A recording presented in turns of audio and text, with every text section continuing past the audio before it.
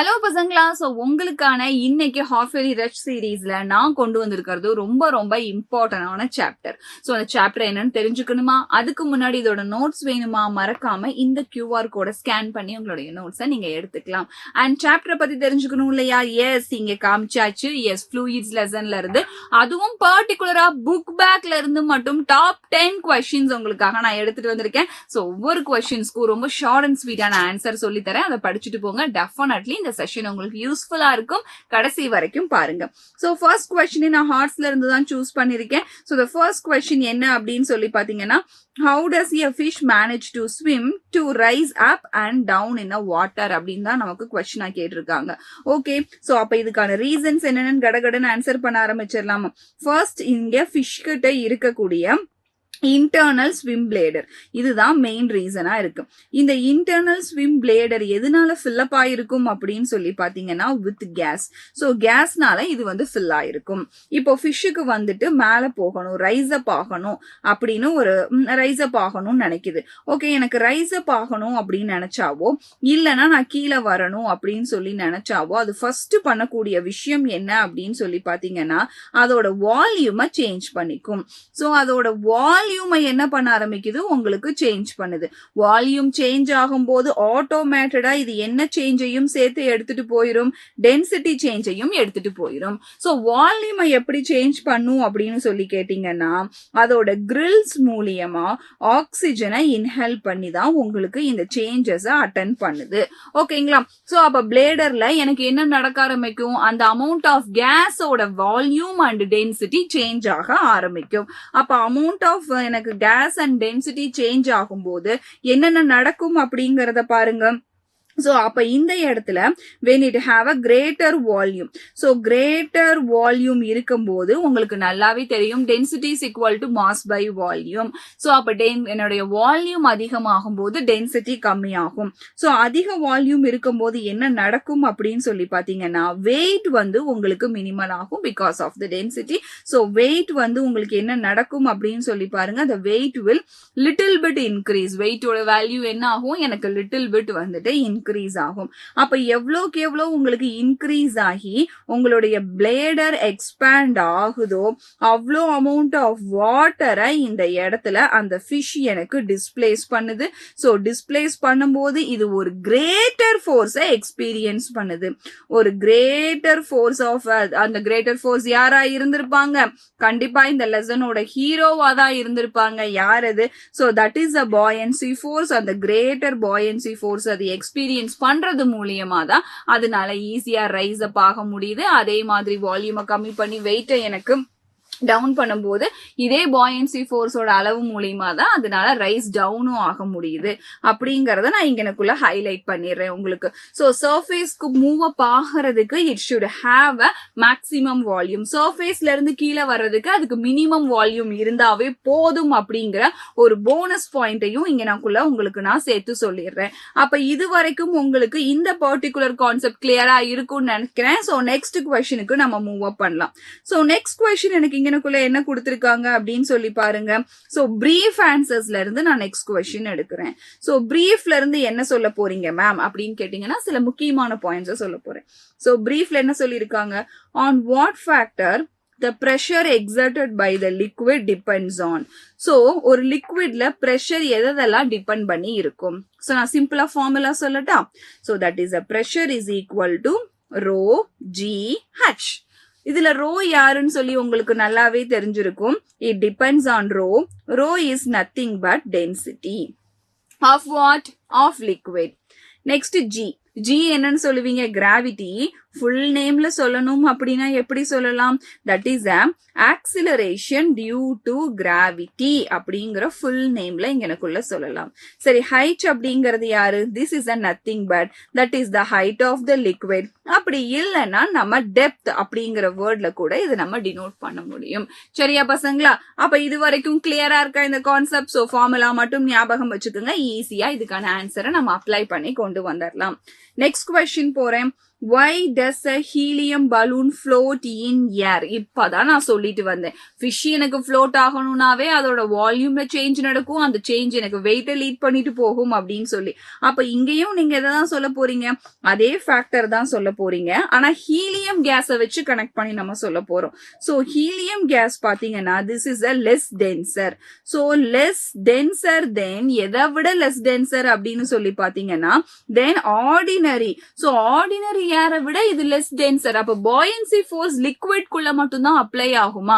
அப்ப ஒரு வாட்டர் ஒரு டெப்த்ல மட்டும்தான் அப்ளை ஆகுமானா கிடையாது, ஏர் மீடியம்லயும் அப்ளை ஆகும். இது லெஸ் டென்ஸா இருக்கும் போது ஹை பாயன்சி ஃபோர்ஸ் அப்ளை ஆகி அப்படியே அந்த பலூனை மேல தூக்கிரும்.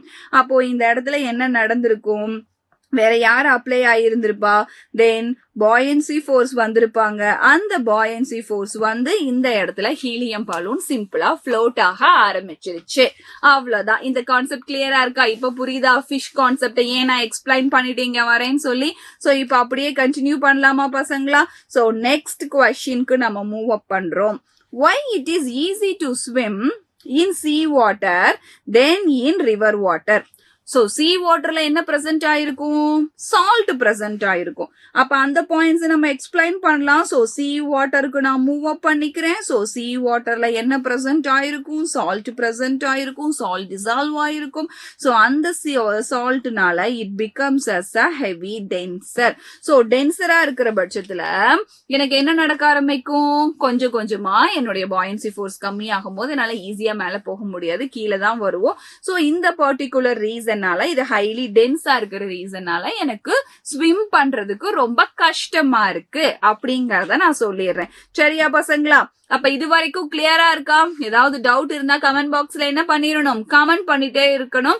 உங்களுக்கு நிறைய questions, important questions and twisted questions எல்லாம் வச்சுட்டே இருக்கேன். சோ மறக்காம கிளாஸ கவனிச்சுட்டே இருங்க.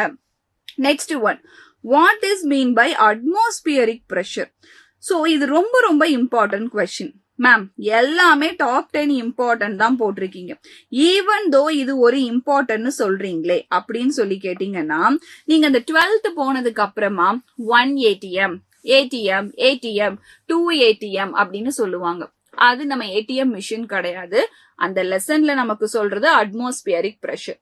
அந்த அட்மாஸ்பியரிக் பிரஷருங்கிறது என்ன, நம்ம எர்த்ல நம்மள சுத்தி இருக்கக்கூடிய ஏர் மீடியம்ல இருக்கிற அந்த பிரஷர் ஆஃப் ஏர் மீடியம் தான் நம்ம என்னன்னு சொல்றோம், அட்மாஸ்பியரிக் பிரஷர். இந்த ஏர் மாலிகுல்ஸ்க்குன்னு ஒரு பிரஷர் இருக்கு, இதுதான் நம்ம என்னன்னு சொல்றோம், அட்மாஸ்பியரிக் பிரஷர். டெஃபினிஷனா சொல்லணும் அப்படின்னு சொல்லி கேட்டீங்கன்னா, that is a pressure.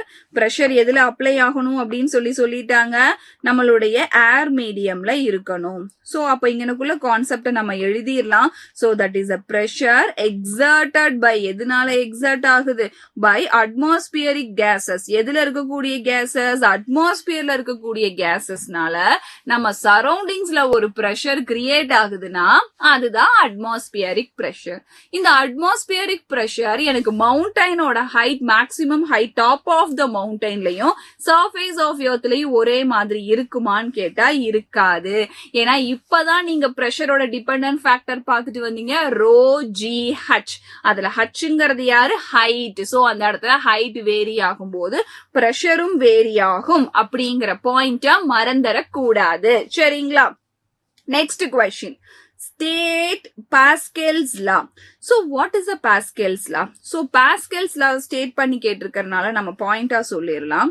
So first நான் இங்கனக்குள்ள ஒரு லிக்விட் எடுத்துக்கிறேன். இந்த லிக்விட் ஒரு பாட்டில் அப்படி இல்லைன்னா நம்மளுடைய ஃபிஷ் டேங்க். இந்த இடத்துல நான் ஒரு பிரஷர் கொடுக்கறேன். சோ பிரஷர் கொடுத்தேன் அப்படின்னா இங்க இருந்து டிரான்ஸ்பர் ஆகிற இந்த பிரஷர் எல்லா டைரக்ஷன்ஸ்லயும் இந்த லிக்விட்ல இருக்கக்கூடிய எல்லா பாயிண்ட்லயும் அப்படியே டிரான்ஸ்பர் ஆகும் வித்தவுட் டிமினிஷ்டு. அப்ப இந்த டிமினிஷ்டுக்கான மீனிங் என்ன, கொஞ்சம் கூட குறையாம எனக்கு இங்க இருக்கக்கூடிய எல்லா பாயிண்ட்லயும் அப்படியே ஈக்குவலா டிரான்ஸ்மிட் ஆகும். எல்லா டைரக்ஷன்ஸ்லயும் ஒரே அமௌண்ட் ஆஃப் பிரஷர் எல்லா டைரக்ஷன்ஸ்லயும் டிரான்ஸ்மிட் ஆகிறத தான் நம்ம இந்த இடத்துல என்னன்னு சொல்லி டினோட் பண்றோம், Pascal's law, the transmission of pressure at each and every point. The transmission of pressure at each and every point எப்படி மூவ் ஆகும்? ஈக்குவலா மூவ் ஆகுது. அததான் நம்ம என்னன்னு சொல்லியிருக்கோம் Pascal's law. உங்களுக்கு டெஃபினிஷன் வேணும்னா நான் இந்த இடத்துல ஹைலைட் பண்ணி எழுதுறேன். So Pascal's law states pressure இருக்கும். ப்ரெஷர் எதுல இருக்கும் அப்படின்னு சொல்லி பாத்தீங்கன்னா that is the inside of liquid நம்ம டினோட் பண்ணிடலாம். ஸோ லிக்விடுக்கு உள்ள அந்த ப்ரெஷர் டிரான்ஸ்மிட் ஆகும். ஒரு இடத்துல இருந்து இன்னொரு இடத்துக்கு டிரான்ஸ்மிட் ஆகும். டிரான்ஸ்மிட் ஆகிறது எப்படி டிரான்ஸ்மிட் ஆகும்? உங்களுக்கு ஈக்குவலா உங்களுக்கு டிரான்ஸ்மிட் ஆகும் அப்படிங்கறத நான் ஹைலைட் பண்ணிட்டேன். இதுதான் நம்மளுடைய Pascal's law. Okay, next question போலாமா? சோ நெக்ஸ்ட் क्वेश्चन டீடைல் ஆன்சருக்கு வந்தாச்சு. சோ டீடைல் ஆன்சர்ல என்னப்பா क्वेश्चन கேட்டிருக்காங்க அப்படின்னு சொல்லி எனக்குள்ள பார்க்கலாம். சோ ஃபர்ஸ்ட் டீடைலிங்ல எனக்கு கேட்டிருக்கிற question state the laws of flotation. ஒரு ஆப்ஜெக்ட் ஃப்ளோட் ஆகணும் அப்படின்னா அதுக்கு என்னென்ன லாலாம் இருக்கும்னு சொல்லுங்க. இது கொஞ்சம் இம்பார்ட்டன்ட் क्वेश्चन. ஒரு 3 பாயிண்ட் தான் இருக்கும், இல்லனா 2 பாயிண்ட் தான் புக்ல நமக்கு கொடுத்திருக்காங்க. சோ அத ரெண்டையும் நான் சொல்லிடுறேன். So first laws of flotation, weight of the body. Weight of the body மட்டும் இல்ல, weight of the liquid or fluid. தண்ணிக்குள்ள ஒரு கல்லை தூக்கி போடுறோம். அந்த தண்ணியோட வெயிட்டையும் நம்ம இந்த இடத்துல சம்பந்தப்படுத்தணும், தண்ணியோட டென்சிட்டியையும் சம்பந்தப்படுத்தணும், அந்த கல்லோட வெயிட் அந்த கல்லோட டென்சிட்டியையும் இந்த இடத்துல சம்பந்தப்படுத்தணும். இதை நீங்க நல்லா ஞாபகம் வச்சுக்கோங்க. சோ அப்ப இந்த இடத்துல that weight of the body இங்கனக்குள்ள ஃப்ளோட் ஆகுது அப்படின்னா that should be equal to the weight of the fluid. அப்போ அந்த இடத்துல எனக்கு இப்ப தண்ணிக்குள்ள என்னுடைய பேப்பர் வந்து மிதக்குதுன்னா அந்த பேப்பருடைய வெயிட்டும் அந்த வாட்டருடைய வெயிட்டும் ஈக்குவலா இருக்கணும் அப்படிங்கறது ஃபர்ஸ்ட் பாயிண்ட். அது ரெண்டும் ஈக்குவலா இருந்தாதான் எனக்கு என்ன ஆகும்? ரெண்டும் வந்துட்டு அந்த இடத்துல ஆப்ஜெக்ட் என்னுடைய பேப்பர் ஷிப் வந்து மிதக்கும். அதையும் தாண்டி சின்ன சின்ன அலைன்மெண்ட் மாறும்போது அது முழுகிரும். அதுக்கு நம்ம அடுத்த கண்டிஷனுக்கு போயிடுவோம். இங்க ஃப்ளோட்டிங் மட்டும் தான் பேசிட்டு இருக்கோம். So second condition is very important condition, that is the centre of gravity. Very very important. Centre of கிராவிட்டினா ஒரு ஆப்ஜெக்ட ஸ்டேபிளா வைக்கிறதுக்காக அந்த இடத்துல centre of gravity and the center of buoyancy, இது ரெண்டுமே ரொம்ப இம்பார்ட்டன்ட். ஒரு ஆப்ஜெக்ட ஸ்டேபிளா வைக்கணும் அப்படின்னா அந்த ஆப்ஜெக்ட்ல இருக்கக்கூடிய சின்ன கிராவிட்டி பாயிண்ட் எல்லாம் சேர்ந்து ஒரு பர்டிகுலர் பாயிண்ட் மேல ஆக்ட் ஆகும். அந்த பர்டிகுலர் பாயிண்ட் நம்ம ஸ்டேபிளா வச்சுட்டோம் அப்படின்னாவே அந்த ஆப்ஜெக்ட் ஃபுல்லா எனக்கு ஸ்டேபிள் ஆயிடும். ஃபார் எக்ஸாம் பேட் எடுத்து இப்ப நீங்க கையில வைப்பீங்க. இப்படி ஃபுல்லா கையில வச்சாலும் அதை நிக்க வைக்க முடியும். ஒரே ஒரு விரல் வச்சு எக்ஸாம் பேடோட சென்டரை நீங்க இப்படி வச்சீங்கன்னாலும் எக்ஸாம் பேட் நிக்கும் இல்லையா? அந்த மாதிரி தான். அதே மாதிரி இந்த இடத்துல அந்த ஆப்ஜெக்டோட சென்டர் ஆஃப் கிராவிட்டி லைனும் சென்டர் ஆஃப் பாயன்சி லைனும் ரெண்டு பேரும் ஒரே சேம் வெர்டிக்கல் லைன்ல வந்துட்டாங்கன்னாலும் அந்த ஆப்ஜெக்ட் உங்களுக்கு முழுகாது. சோ இதுதான் லா ஆஃப் ஃப்ளோட்டேஷன் அப்படின்னு நான் சொல்லி டினோட் பண்றேன். பசங்களா இது வரைக்கும் கிளியரா இருக்கா? நெக்ஸ்ட் क्वेश्चन போலாமா? Next question, describe the construction and working of mercury barometer. Okay, so mercury பேரோமீட்டரை வந்து கன்ஸ்ட்ரக்ட் பண்ணி நம்மள என்ன பண்ண சொல்லியிருக்காங்க? கூடவே சேர்ந்து ஒர்க்கும் பண்ணுங்க, வேற என்ன வேலை உங்களுக்கு, கன்ஸ்ட்ரக்ட் பண்ணி ஒர்க்கும் பண்ணுங்க அப்படின்னு நமக்கு இங்கனக்குள்ள டினோட் பண்ணிட்டாங்க. சரி, ஓகே, நாங்க கன்ஸ்ட்ரக்ட் பண்ணி ஒர்க்கும் பண்ணிடலாம். சோ ஃபர்ஸ்ட் இந்த இன்ஸ்ட்ருமெண்ட் எதுக்கு வேணும் அதெல்லாம் நமக்கு தெரியணும் இல்லையா? சோ அந்த ஃபர்ஸ்ட் பாயிண்ட் நான் இங்க எழுதிடுறேன். சோ இது ஒரு இன்ஸ்ட்ருமெண்ட் நான் உங்களுக்கு சொல்லிட்டேன். இந்த இன்ஸ்ட்ருமெண்ட்டை யூஸ் பண்ணி நீங்க மெஷர் பண்ண முடியும். என்ன மெஷர் பண்ண முடியும் அப்படின்னா பேரோமீட்டர்னாவே நம்மளை பொறுத்த வரைக்கும் அட்மாஸ்பியரிக் பிரஷரை தான் மெஷர் பண்றோம். So we used to measure the atmospheric pressure. Atmospheric பிரஷரை நம்ம இங்கனக்குள்ள வந்து எந்த லிக்விடை யூஸ் பண்ணி மெஷர் பண்றோம்? மெர்க்குரியை யூஸ் பண்ணி நம்ம மெஷர் பண்றோம். சோ மெர்க்குரி பேரோமீட்டர் அப்படின்னு சொல்றோம். சோ இந்த மெர்க்குரி பேரோமீட்டர் வந்துட்டு டாரிசெல்லி அப்படிங்கிற ஒருத்தர்னால டிசைன் பண்ணப்பட்டது. டாரிசலி தியரம்னே ஒன்னு இருக்கு 11th. இந்த ஃப்ளூயிட்ஸ் இங்க படிக்கிறது 11th நமக்கு ஹெல்ப்ஃபுல்லா இருக்கும். சரி, ஓகே. சோ இதுக்கான கன்ஸ்ட்ரக்ஷன் ஒர்க்குக்கு போகணுமே. ஆமா கன்ஸ்ட்ரக்ஷன் ஒர்க் இருக்கு இல்லையா? சோ கன்ஸ்ட்ரக்ஷன் ஒர்க்குக்கு நம்ம போகலாம். சோ கன்ஸ்ட்ரக்ஷன்ல எனக்கு என்னென்ன தேவை அப்படின்னு சொல்லி எடுத்துறேன். ஒரு லாங் கிளாஸ் டியூப் எனக்கு வேணும். சோ ஒரு லாங் கிளாஸ் டியூப் நம்ம எடுத்துக்கிறோம். அந்த லாங் கிளாஸ் டியூப்ல ஒரு சைடு க்ளோஸ்டாவும் இன்னொரு பக்கம் எனக்கு ஓப்பன் ஆகும். நம்ம டெஸ்ட் டியூப் மாதிரி இருக்கணும். சரிங்களா? சோ ஒரு லாங் கிளாஸ் டியூப் நம்ம எடுத்தாச்சு. ஓகே, அதுக்கு அடுத்து and it will be filled with mercury. மெர்க்குரினால நான் ஃபில் பண்ணிட்டேன். அதுக்கப்புறம் அதை எப்படி வைக்கணும்? நம்ம அப்சைட் டவுன்ல நம்ம வைக்கணும். அப்சைட் டவுன்ல எதுக்குள்ள வைப்போம்? அகெயின் ஒரு மெர்க்குரி இருக்கக்கூடிய ஒரு பீக்கர்ல தான் நம்ம வைக்கணும். இதெல்லாம் தான் கன்ஸ்ட்ரக்ஷன். சரிங்களா? சோ அப்போ ஓபனான பொசிஷன் வந்து கீழே மெர்க்குரி பீக்கரோட கான்டாக்ட்ல இருக்கும். க்ளோஸ் ஆன பொசிஷன் டாப்ல இருக்கும். சரி, இதை நம்ம ஒரு டயக்ராமா போட்டு பாத்திரலாமா? சோ ஒரு பீக்கர் டிரா பண்ணிடலாம். சோ லெட்ஸ் see, இதுதான் என்னுடைய பீக்கர். சோ இந்த பீக்கர் ஃபுல்லா நான் எதை ஃபில் பண்ணி வச்சிருக்கேன்? மெர்க்குரிய ஃபில் பண்ணி வச்சிருக்கேன். இப்போ இங்கனக்குள்ள ஒரு லாங் கிளாஸ் டியூப் நம்ம எடுத்துக்கலாம். இந்த லாங் கிளாஸ் டியூபை இந்த மாதிரி இன்வர்ஸா நான் வச்சிருக்கேன். சரிங்களா? சோ இது எல்லாத்தையுமே பண்ணியாச்சு. சோ இப்போ என்ன பண்ணிட்டோம்? இது நம்ம அப்சைட் டவுனா கவுத்து வச்சாச்சு. இப்ப என்ன ப்ராசஸ் இங்கனக்குள்ள நடக்கும் அப்படிங்கறத நம்ம செக் பண்ணிரலாமா? சோ என்ன ப்ராசஸ் நடக்கிறதுக்கு சான்ஸ் இருக்கு? பாருங்க, என்ன ப்ராசஸ் நடக்கிறதுக்கு சான்ஸ் இருக்கு. சோ இந்த மாதிரி நான் இப்படி எகைன்ஸ்டா வச்சதும் வெளியில இருந்து வர்ற அட்மாஸ்பியரிக் பிரஷர் இங்க இருக்கிற மெர்க்குரிஸோட கான்டாக்ட் பண்ண முடியும். ஆனா இந்த டியூப்ல இருக்கிற மெர்க்குரிஸோட கான்டாக்ட் பண்ணுதா இல்லையா அப்படிங்கறது தான் இப்ப நம்ம பார்க்க போறோம். கண்டினியூஸ்லி நான் ஒவ்வொரு பாயிண்டா எழுதுறேன் பாருங்க. சோ ஏர் பிரஷர் இன்க்ரீசஸ். நான் இங்கனக்குள்ள ஏர் பிரஷரை இன்க்ரீஸ் பண்றேன். சோ ஏர் பிரஷர் இன்க்ரீஸ் ஆக டப்ல இருக்கக்கூடிய ஏர் பிரஷர் இன்க்ரீஸ் ஆக அது கூட கான்டாக்ட்ல இருக்கக்கூடிய இந்த பர்டிகுலர் யாரு அப்படின்னு சொல்லி பாருங்க. இந்த பர்டிகுலர் அப்சைட் டவுன்ல இருக்கக்கூடிய இந்த டியூப்லயும் உங்களுக்கான பிரஷர் இன்க்ரீஸ் ஆகிக்கிட்டே இருக்கும். அப்போ இதை நம்ம இங்கனக்குள்ள ஹைலைட் பண்ணி ஒரு பாயிண்டா நம்ம சொல்லிடலாம். சரிங்களா? இதை ஒரு பாயிண்டா இங்க நான் ஆட் அப் பண்ணிக்கிறேன். ஓகே, சோ அப்படியே நம்ம கண்டினியூ பண்ணோம் அப்படின்னா ஏர் பிரஷர் எனக்கு இன்க்ரீஸ் ஆக இங்க மெர்க்குரியோட லெவலும் உங்களுக்கு இன்க்ரீஸ் ஆகும். சோ ஏர் பிரஷர் வந்து டிக்ரீஸ் ஆக மெர்க்குரியோட லெவலும் பாத்தீங்க அப்படின்னா இங்கனக்குள்ள உங்களுக்கு டிக்ரீஸ் ஆகும். சோ ஏர் பிரஷர் மேக்சிமம் நம்மளுடைய சரௌண்டிங்ஸ்ல ஓரளவுக்கு கான்ஸ்டன்டா தான் இருக்கும். அப்ப மெர்க்குரியும் எனக்கு பாத்தீங்கன்னா இந்த இடத்துல ஒரு அளவுக்கு இன்க்ரீஸ் ஆகி அதோட ஸ்டாப் ஆகி ஒரு ப்ரிசைஸ் லெவலை நமக்கு ரீச் பண்ணி காமிச்சிருது.